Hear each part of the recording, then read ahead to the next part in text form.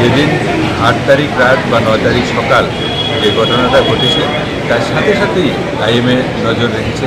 IMA ঘটনার প্রতি সময়ে সময়ে আমাদের কাছে অ্যাডভাইজারি দিয়েছে কী করা না করা স্টেট ব্রাঞ্চগুলির প্রতি।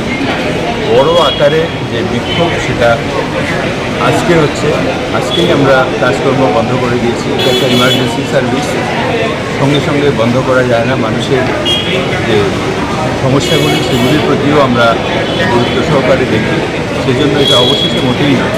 এটা শুরুর দিন থেকেই আইএমএ এটার প্রতি সজাগ দৃষ্টি রেখেছে, নজর রেখেছে। আর এ ধরনের ঘটনার নিন্দার কোনো ভাষা নেই। সবচেয়ে জঘন্যতম ঘটনা, আমরা সবাই একযোগে এই ঘটনার নিন্দা করি এবং এই ঘটনার যাতে প্রকৃত বিচার হয়, যারা প্রকৃত অর্থে দোষী তাদের যেন শাস্তি হয়, কাউকে যেন রেহাই দেওয়া না হয়, কাউকে বাঁচানোর কোনো প্রয়াস যাতে না হয়। আর যদি কোথাও সেই ধরনের কোনো প্রয়াস কেউ করেও থাকে তাদেরও যেন শাস্তির আওতায় আনা হয়, এটাই আমাদের একমাত্র দাবি। এবং খুব দ্রুততার সঙ্গে যাতে বিচার ব্যবস্থা সম্পন্ন হয় সেটা আমাদের দাবি। আইএমএ শুরু থেকেই ছিল, এখনও আছে এবং ভবিষ্যতে প্রয়োজন হলে এই ঘটনার জন্য আইএমএ আরও দূর অগ্রসর হবে, এটা আমার বিশ্বাস।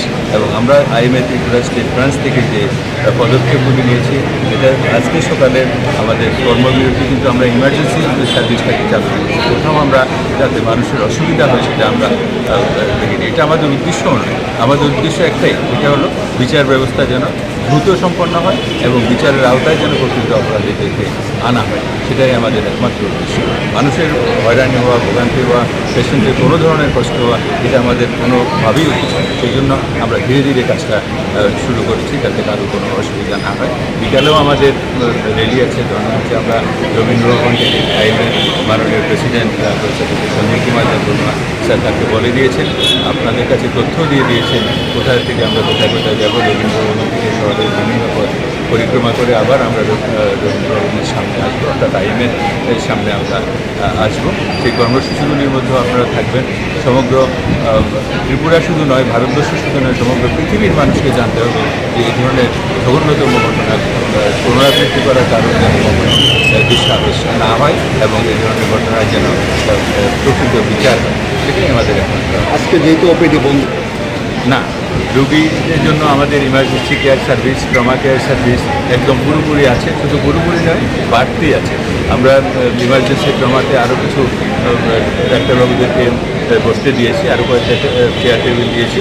আর রেজিস্ট্রেশন কাউন্টার যতগুলি আমাদের ওপিডির সময় চালু থাকতো, সমস্ত কাউন্টারগুলিকে আমরা ইমার্জেন্সি এবং ট্রমার রেজিস্ট্রেশন কাউন্টার হিসেবে এই মুহূর্তে ইউজ করছি এবং রেজিস্ট্রেশন ওখানে হয়ে যাবে এবং এখানে এসে যে কোনো পেশেন্ট দেখাতে পারবে।